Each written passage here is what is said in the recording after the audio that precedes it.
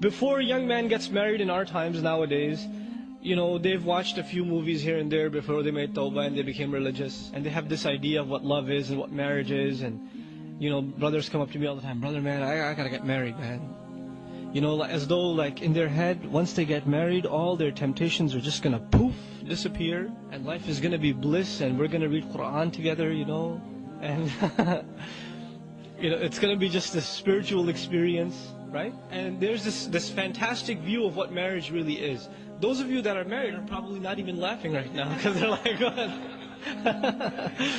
Because, what is he talking about? Because you don't even remember feeling that way, right? Our young brothers and sisters, they have no idea what a real marriage is. They have absorbed the concept of marriage from Bollywood dramas, from Hollywood movies, from Twilight and these types of ridiculous books. And they think that marriage is just what they see on TV. So when they get married, and they see that their married life is nothing like the romance movie that they saw, they begin to think something's wrong with me, something's wrong with my wife. SubhanAllah, brothers and sisters, if you don't believe the TV about Islam, if you don't believe the TV about terrorism and Muslims, why would you believe TV about romance and marriage? Every marriage has its ups and downs. Every couple will raise their voices and argue in their lifetimes, multiple times throughout the year. It is impossible that a healthy marriage doesn't have some healthy disagreements. And when you're a young person, and you're growing up and you want to get married, even when you get married, Allah has called you a half. You are a half. Whether you're a man or a woman, you're a half. Why has Allah said that? Adam alayhi salam in Jannah, he was sitting down and he felt there's something missing in his life. He wasn't fully happy with all of Jannah. And from his rib was created Hawa. This is in the Sahih Hadith. And then he found his sukoon. Allah has said in the Holy Quran, in Surah number 30, Surah Ankabut, verse number 21, He said, لِتَسْكُنُوا إِلَيْهَا, so that you may find tranquility, calmness by staying with her. And the same applies to the woman, so that the woman may find tranquility with the man. Allah has said in the Holy Quran, وَالْمُحْصَنَاتُ مِنَ النِّسَاءِ, He has said those women who have entered the fortress. What does that mean? That the women who get married, women who will show their dignity and their pride and their honor in what? In securing themselves with yourself as a husband inside one fortress. And you will do the same thing. You are muhsineen. Allah has called you muhsineen. In Surah Nisa, Allah has called you muhsineen as men. Allah has called them muhsanat. That you have taken yourself in a fortress, she's taken herself in a fortress. You are together, bound together. And this nikah is a promise. It's a contract. It's a contract in front of Allah. Though you're not signing anything, you don't have to sign anything, but your word, the Muslim's tongue, is going to be held responsible on the Day of Judgment. Sayyidina Ali radiallahu anhu, he was asked a question. His question was a very simple question. And Sayyidina Ali gave 8 words to this answer. How many words? 8 words. But in these 8 words, he covered the whole of what I might cover with you in 1 or 2 or 3 nights. Subhanallah. Allah gave Sayyidina Ali balagha. He gave fasah and balagha. Sayyidina Ali, he could say a few things and it has so much rich meaning to it. So what did he ask him? The question was simple. The question was, what is marriage? What is marriage? What is it all about? Sayyidina Ali radiallahu anhu said first, he said, marriage is sururu shahrin. And he said, what's after that? Sayyidina Ali said, ghumumu dahrin. What's after that? He said, kusuru dhahrin. What's after that? He said, nuzulu qabrin. That's it. 8 words. 4 couplets, 8 words, summed the whole thing up. Subhanallah, what a job he did. Number 1, his answer was, sururu shahrin. What is marriage? Sayyidina Ali said, it is a month's worth of happiness. You guys thinking, month, 30 days. 1 month worth of happiness. It didn't literally mean a month worth of happiness. It meant, basically the beginning, 1 month, 2 months, 3 months, whatever, you got your wife saying, darling, what should I cook you? Parathas on the table, even for breakfast, right? And everything is running like clockwork, everything. That's when the golden days are. And guys, when you get married, and girls, when you get married, enjoy it. Because there's a time when that's not going to be there anymore. You're going to be ending up with your cornflakes on your breakfast table. End up with your little crunchy nut and the rest of it. And even if you want breakfast, she'll probably be snoring and telling you, to go and get it yourself. But it doesn't matter. It doesn't matter. Sayyidina Ali radiallahu anhu said, he said, sururu shahrin, then he said, ghumumu dahrin. The next thing he said was, ghumumu dahrin. He said, it's the whole lifetime worth of, it's a lifetime's worth of responsibility. And then Sayyidina Ali was asked, what's after that? He said, well, your back gets bent. Kusuru dhahrin. He said, what's after that? He said, nuzulu qabrin, time to go to the grave. Now you might think, what? I'm not getting married. 1 month after that, I get so much pressure that I get back bent and I go in the grave. Is that it? Now subhanAllah, Sayyidina Ali said a beautiful thing. Because he linked marriage, he linked it to the next world. Sayyidina Ali linked it with the grave right then. Why? Because marriage is not just about this world. And the people who get married, after a while, they realize that it's not just about this world. The whole akhirah depends on marriage. The whole of the next life depends on marriage. And why the Rasulullah said, his nikah or your marriage is half of your faith. Why he said half of your faith is because you and your wife together, you're going to complete faith. You're going to complete your iman. First thing a person thinks of when marriage is coming up and so on is, you're just thinking about sururu shahrin. The first part of Sayyidina Ali's qawl, first part of his part, he said, that month's worth. For some people it's 2 months, some people it's 3 months, 4 months. Some people it lasts for a year. I've met some brothers, even after 1.5 years, they've still got that smile from one earlobe to another earlobe. Right? The brother, mashallah, is looked after, yeah? But that's good. And even sisters as well, some of them, they have a wonderful time. But there's a time when responsibilities are going to come.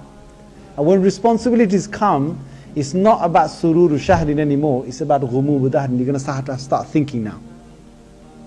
Now, it's a very serious thing. It's not just get in there, get out there. It's not that. No. Those sisters, those brothers who are married and who've been married, they know what it is. Because you know what? The biggest thing you're going to have to deal with is learning about one another. You have to learn about one another. For you to live on your own as a bachelor, it's easy. You get up in the morning, you wear what you want, get out the door, come back when you want, done. When you're married, you can't do that. You can't do what you want, come home when you want, this and that. You've got a responsibility. You've got a responsibility and you've got to think about that. And you've got to take it seriously.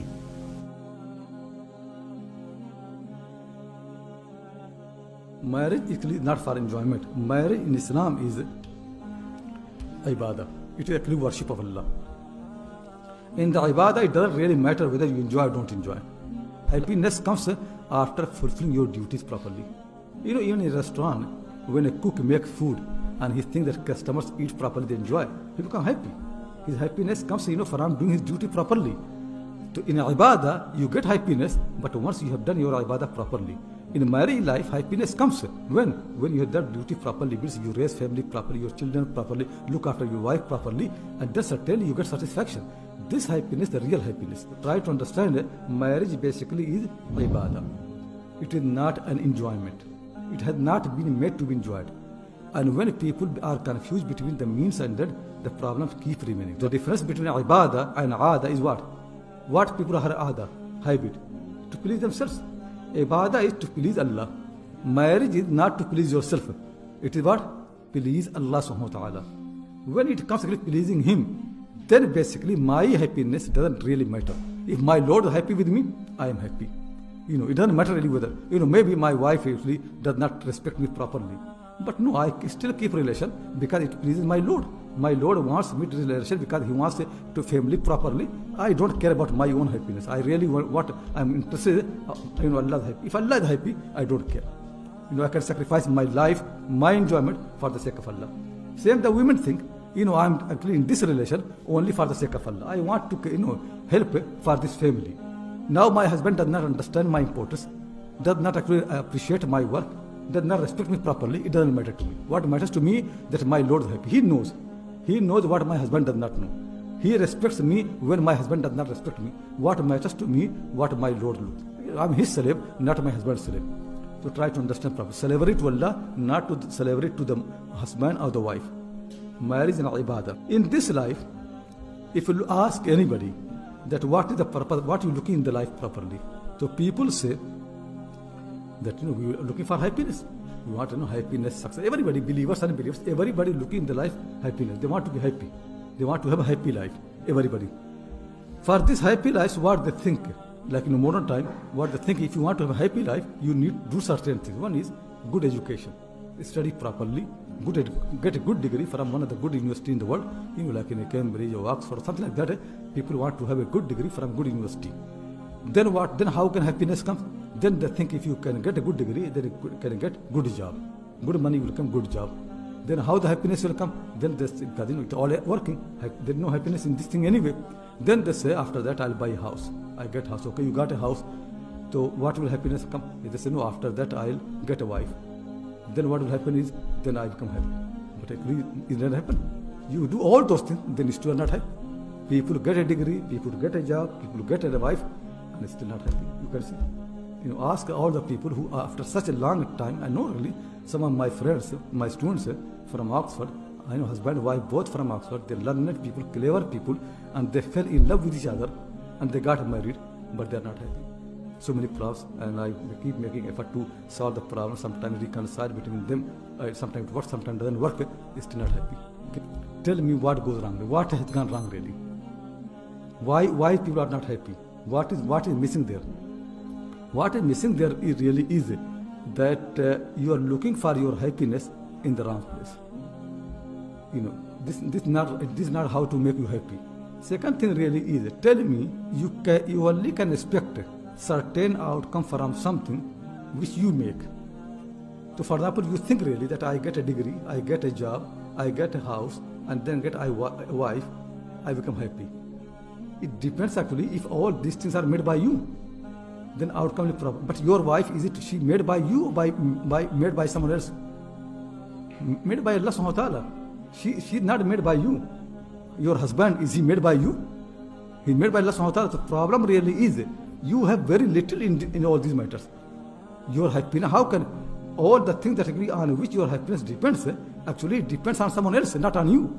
So how can you come to your house and you think really that I have worked so hard all the day, and I come, actually my wife will be welcoming me and receiving me with happy face and nice smiling and nice food smell coming, and you enter the house, there are no smell of the food. Now you become a little upset that all the day I have been waiting for that and no food. You went to the kitchen, nothing, no cooking there, and your wife is not there, and rather she's in the bed. And when you went there, she said, I'm not feeling well.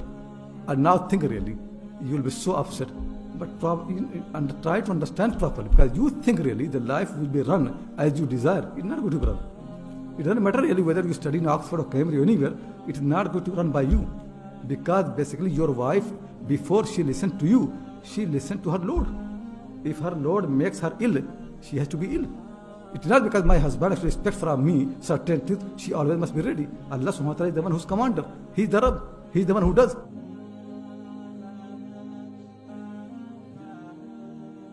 When you are hungry, desire indication you need food. But tell me what the purpose of food is.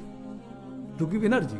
For survival of your life, individual life actually, you need energy. And energy comes from where? From the food.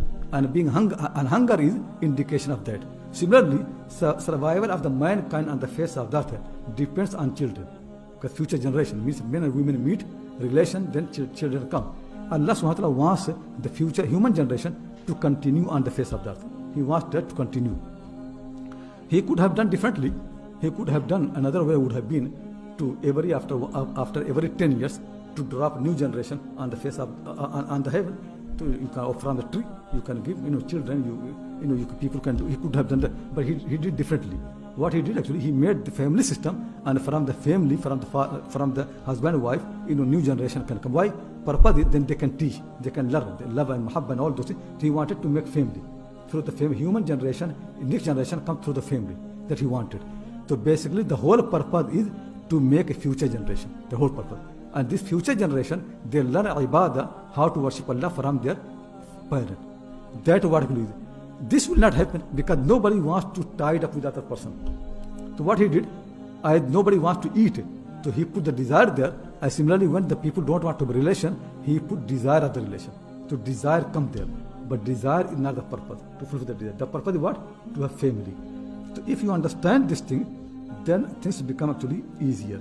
Then you know really the family life in Islam is for two connected purpose. One is to make future generation, and second thing is to train them on the ibadah of Allah. Allah subhanahu wa ta'ala did not make this life for enjoyment. He only made this life for ibadah. Enjoyment is after death. If people want to marry because of the enjoyment, certainly they are wrong. It's not for that purpose. You're looking for something in wrong place.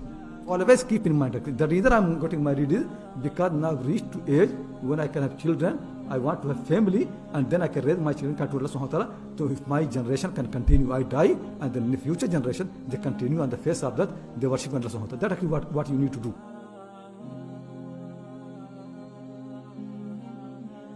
What the scholars say, since Allah subhanahu wa ta'ala has made the life into this marriage for a function with a responsibility, and the function is not easy, and responsibility very, very heavy. Nobody wants to marry. If somebody tells you, you marry because you have to have family or because of your function, who's going to marry?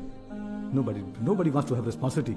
But if Allah subhanahu wa ta'ala puts a desire there, a desire is so strong really, that no desire as strong as this desire, Allah subhanahu, because He wants you to do. This desire is so strong that if people don't marry, sometimes they can fall in the sin. And we can see around us, people are falling in the sin. So that's why the ulama say that indication really, you must get married. So what they say, if somebody realizes that if he does not marry, he will fall in the sin, and he has got enough means to marry. Man has got enough money to support his wife. He's got money for accommodation expenses, and he thinks if he does not marry, he will fall in the sin. Then it is a clear indication you must get married and make family. Then marriage on that person is obligatory further. If somebody think really that he has bad character, and if he marries a woman, he is going to harm her, he is going to be unjust to her, he is going to mistreat, disrespect to her, then marriage to such a person is haram, sinful act, because you are not allowed to involve in a relation where you are going to harm any other person. Is it clear? Many men, they really don't teach themselves properly. By marriage they are doing haram. Marriage is not allowed for you. It's haram for you to marry because you don't know really how to behave. If anybody knows I am such an angry person, I always become angry, and when I marry I'm going to create a problem for my wife, then don't marry.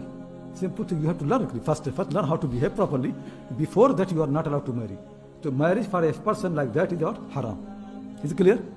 So for somebody is wajib, but somebody also can be haram. For some people it can be makruh tahrimi, nearly haram. Some people makruh.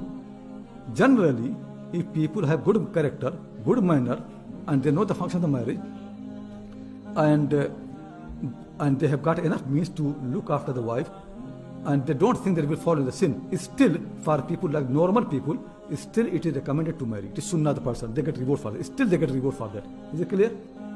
But if any of those things become more urgent, then actually marriage becomes more important. For example, if a desire becomes stronger and people think they fall in the sin, it becomes wajib. But generally, if they don't fall in the sin, but they have got all the means to marry, they can look after their wife, still it is more highly recommended that people should marry. So marriage in normal condition, it is still sunnah. Even if people think that they are not going to fall in the sin, it's still sunnah because it actually helps the purpose, future generation. It really makes you a complete person. Then you have sabr, then you look after the person, and you have children, you raise them properly, you basically contribute, in Islamic life. So marriage always encouraged. That's why one of the great companions, Abdullah Masud used to say, if from my life only 10 days remain, 10 days, and I know that at the end of the last 10 days, I am going to die. Only 10 days for my life. And I have got a means to marry, I will marry. I will marry, I would prefer to die having wife rather than dying without wife. That's what I'm saying. This is how they think. Because people don't understand that marriage really, it makes you a complete person. When you are praying, you get reward of prayer. When you marry and then you pray, you get your rewards are multiplied by many, many times. Because because now you basically adjust your life, in the family life. And sometimes you have difficulty, sometimes problem, you have sabr and all those things. Now the rewards are multiplied by many, many times. Not no enjoyment. When before marriage, you used to read the Quran every morning. After the marriage, still you keep reading the Quran, your rewards are multiplied by many, many times. Before marriage, you used to fast. After marriage, you keep fasting, your rewards are multiplied by many, many times. Marriage basically makes, for men and women, both of them, the rewards are multiplied by many, many times. To try to understand properly. That's why, I said that, if people marry and they're suffering, and that is much, much better than people who don't want to have suffering and don't marry. Marriage is suffering is much, much better because you get so much reward. You cannot imagine. You have no idea really how much reward you get when you marry. There's so much reward in the marriage. That's why these people, they always have been, in the marriage. Taus al-Yamani, who was a great tabi'i, very pious person, he used to say, young person's ibadah never can be complete until he gets married. Ibrahim Maisra is a great alim. He said, Taus al-Yamani said to me, I was a student, he said to me, you must marry. Otherwise, I'm going to tell you same thing what Umar said to Abu Zawaid. Abu Zawaid did not marry. So Umar said to him, nothing stops you from marriage except ajz or fujur. Either you are unable, you are not proper man, or you are sinner. You do sin. Nothing else. There's no meaning. Is young people, there's nothing else. They should marry. That's what the Prophet said. Ya ma'asha shabab, man istata'a minkum al-ba'ata, falyatazawwaj, wa man lam yastati' fa'alayhi bis-sawm, fa inna as-sawma lahu wija'un. Hadith in Bukhari, Muslim, all the books of the Hadith. He said, oh young people, you must get married. If you can afford the marriage, you must get married. If you cannot afford, then what do? Then keep fasting, because fasting is shield. Meaning, young men have no choice. Young men have only two choices, either marriage or fasting. If you see young men neither marrying nor fasting, there's a problem. Young men in this hadith only two choices. If they can afford marriage, they must marry. It is for men, not for women, because women afford does not come for the women. But for the men, if they can afford the marriage, they must marry. And if they cannot afford the marriage, they must keep fasting. Not one day fasting, keep fasting all the time. There's no third choice. There's nothing third way that don't marry and don't fast. There's nothing like that really.